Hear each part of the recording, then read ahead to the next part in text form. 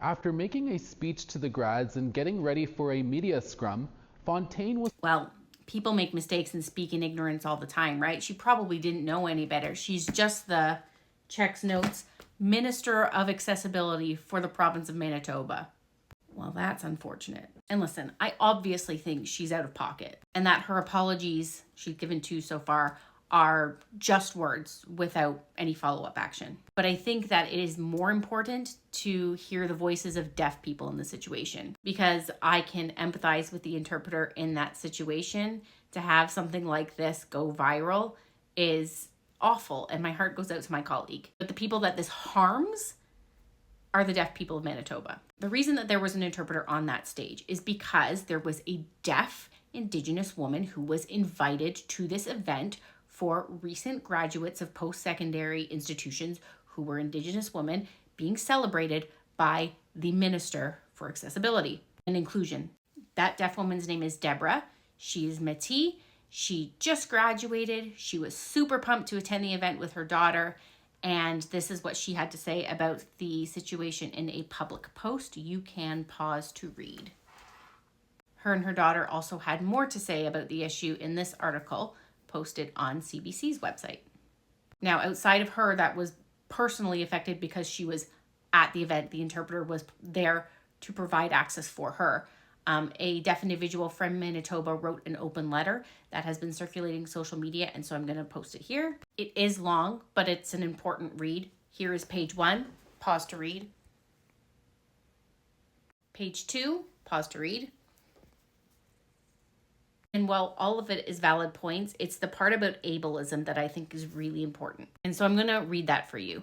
At the heart of these barriers lies persistent ableism, the assumption that hearing people know what is best for us, the deaf community, and that deaf needs are secondary or optional.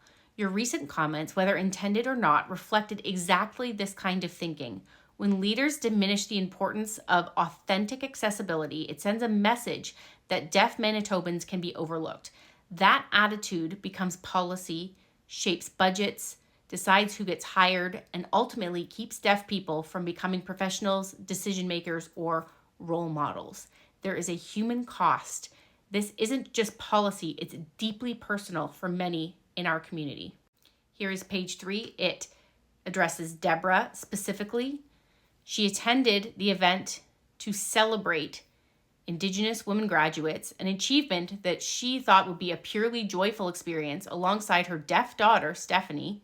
Despite her advance requests and follow-ups, interpretation services were not arranged by the minister's team at all. The responsibility fell entirely on others. Instead, your comments cast a long shadow over that milestone. Her public post about it has since drawn hundreds of reactions from deaf people across Canada, most expressing anger, hurt, shared experiences. That alone underscores just how deeply words from leaders can wound and why sincere, community-centered action matters so urgently.